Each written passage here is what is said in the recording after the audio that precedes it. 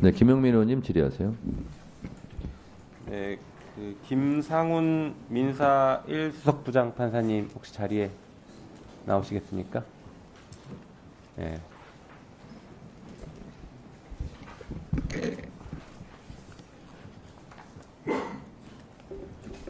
네, 수석했습니다. 네, 갑자기 불러서 깜짝 놀라셨을 수 있겠는데요.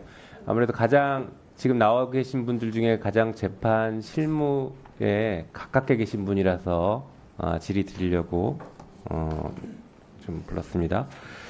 자, 지금 재판 지원 문제가 계속 문제가 되고 있고 여기에 따라서 판사의 어떤 임용과 관련된 경력 제도를 변경하고 그리고 판사 정원도 늘려야 된다는 얘기들이 많이 나오고 있습니다.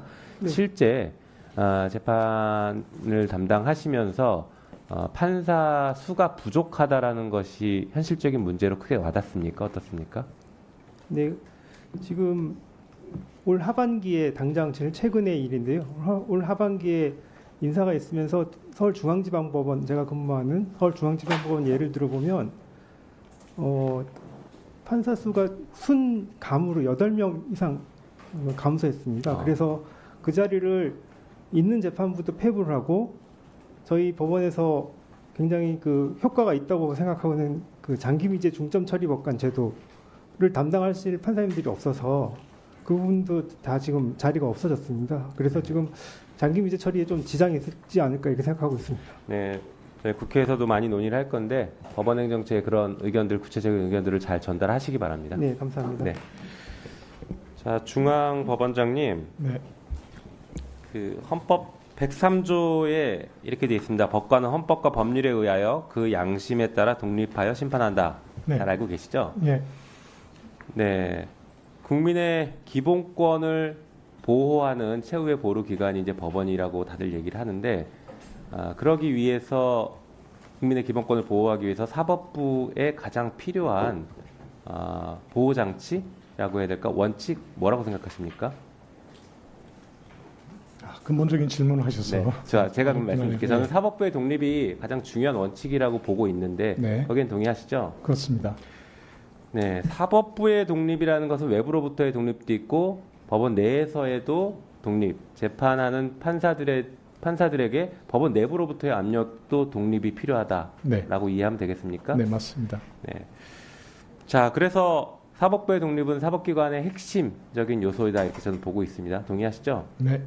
자, 준사법기관이라는 얘기 들어보셨습니까? 네. 네, 검사를 흔히 준사법기관이라고 하죠. 네. 네, 검사들이 판단하는데 개별 검사들이 독립해서 판단하나요? 아니면 상급자의 지시에 상명하복하나요? 검사들은 개별 검사들의 독립성이 없고 검사 동일체인가요? 그렇죠. 네. 그래서 지휘 복종 관계에 의해서 검사 전체 의사로 네. 결정이 이루어지는 걸로 알고 있습니다. 그렇죠. 그럼 우리가 흔히 얘기하는 사법기관에 준하는 준사법기관이다라고 평가할 수 있을까요? 어떻습니까? 준사법기관이라는 그런 명칭은 검사의 어떤 업무 수행의 성격을 가지고 얘기하는 것 같습니다. 네, 개별 사건에 대해서 네. 실질적 판단을 하는 기관 그 업무 때문이죠. 그렇죠. 그러면 경찰은 왜 준사법기관이 아닌가요? 헷갈리기 시작합니다. 그래서 네. 저는 검찰이 준사법기관이라고 스스로 논리를 만들어내는 것은 사법부의 독립과도 굉장히 밀접한 관계가 생길 수 있습니다. 사법부는 그 개별 법관들이 법원 내부에서도 의사결정에 영향을 받지 않는데 그런 사법기관과 동일한 우리 준사법기관이니까 외부에서 우리를 감히 건드리지 말라라는 이상한 논리로 변질되는 것이거든요. 그래서 그 부분에 대한 논리, 뭐 아마 오늘 처음 들어보셨을 수도 있겠지만 검찰의 준사법기관성을 강조하는 것에 대해서는 법원도 적절한 반대 논거를 피시는 게 저는 맞다고 생각합니다. 한번 고민해 보십시오. 네. 네. 한편 우리 검사들 어제도 대검 저희 국감했는데 계속 그 얘기합니다. 법과 원칙에 따라 수사합니다. 그런데 방금 읽어드린 헌법에는 사법기관은 법과 양심에 따라 판결하도록 되어 있습니다. 명확한 차이가 있습니다. 검사들은 양심에 따라 결정했다는 얘기 절대 안 합니다. 법과 원칙이라고 합니다. 법원의 판사들은 법과 양심에 따라서 판단하시고 그것이 국민의 기본권을 보호하는 쪽으로 나가기를 당부드립니다. 예, 그 헌법 103조 네. 의미는 우리 사법부의 역할에 아주 중심이 자리하고 있는 핵심 조항입니다. 그래서 네. 뭐 헌법, 네, 다른 질의가 더 네. 있으니까 법과 양심에 따라서 네. 판단하시고 그리고 그 국민의 기본권을 양심은 보호해 개인적 주십시오. 신념이나 그런 양심이 아니라 법과 원칙에 따른다는 직업적 양심. 직업적 양심이죠. 네. 네. 아 근데 검찰은 그 직업적 양심마저도 얘기하지 않아서 말씀드리는 거였어요. 자, 준비된 자료를 볼까요? 자, 공범을 인정하는 대법원 판례입니다. 2인 이상이 공모하여 어느 범죄에 공동으로 가공하여 그 범죄를 실현하려는 의사의 결함만 있으면 되는 것으로 비록 전체의 모의 과정이 없었다 하더라도 수인 사이에 순차적 또는 암묵적으로 상통하여 그 의사의 결합이 이루어지면 공모관계가 성립하고 공동정범의 형사 책임을 지는 것이다. 공모 공동정범 판례입니다. 잘 알고 계시죠? 네. 다음 페이지 보여주시죠. 자, 그래서 가벌병정이 이렇게 공모를 했습니다. 그리고 실행 지시를 무에게 했다라고 하면 일반적인 경우에는 공범관계 성립되지 않습니까?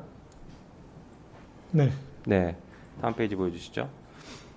자, 김건희 여사 사건입니다. 한국거래소 뭐 호가장 이거 관련해서 이제 그 통정 매매가 인정되는 사안인데요. 주포가 12시에 3,300원에 8만 개를 매도해 달라라는 얘기를 합니다. 그리고 나서 준비시키겠다라고 공범끼리 얘기를 하다가 다시 매도하라라고 주포 김 씨가 얘기하니까 7초 뒤에 김건희 여사의 계좌에서 8만 주가 3,300만 원에 정확히 지시한 그대로 매도 주문이 나갔습니다. 여기에 대해서 검찰은 최근에 불기소했죠. 뭐라고 했냐 보실까요? 중앙지검장은 통정매매는 맞다 이렇게 얘기합니다. 김건희 여사의 계좌에서 매매된 건 통정매매는 맞다라고 합니다. 그런데 김건희 여사는 몰랐다. 통정매매인지 몰랐답니다. 주문을 넣으라고 해서 넣었지 통정매매인지 몰랐다라고 이렇게 해서 무혐의라고 합니다. 다시 넘어가 볼까요? 서울고등법원 판결문, 공범들의 판결문에 이런 내용이 나옵니다. 네, 이 매매가 보면은 피고인 김기현, 민태균, 이종호, 네. 그리고 권오수 사이에 연락 체계를 갖췄다. 이게 이제 공범이 인정된 사람들입니다. 연락 체계를 갖추고 피고인 권오수가 김건희에게 연락해서 대신증권 담당자에게 연락하는 순으로 7초 내에 매매를 하게 만든 건데 권오수가 그것은 통정매매가 아닙니다라고 항변하는 것에 대한 판단입니다. 매번 구체적으로 주문시마다 연락 체계를 거쳐 주문한다는 의미가 아니라 사전에 협의한 다음에 매매를 하는 거 얼마든지 가능하고 실제로 김건희는 통정매매가 진행된 뒤에 매매계약 체결 여부와 금액을 확인했다라고 이렇게 판결하고 있습니다. 그래서 이건 통정매매가 맞다라고 법원이 인정했고 그래서 검사들도 서울중앙지검도 통정매매 자체는 맞다라고 인정을 할 수밖에 없는 상황이었습니다. 다음 보여주시죠. 자, 아까 원칙으로 다시 돌아가면 김기현, 민태균, 이종호, 권오수 사이에는 공범관계가 성립합니다. 그래서 매도 주문을 실행 지시했고 그 실행 지시를 따른 김건희, 피의자 김건희는 공범관계를 볼 수 있을 것 같습니다. 어떻게 보십니까?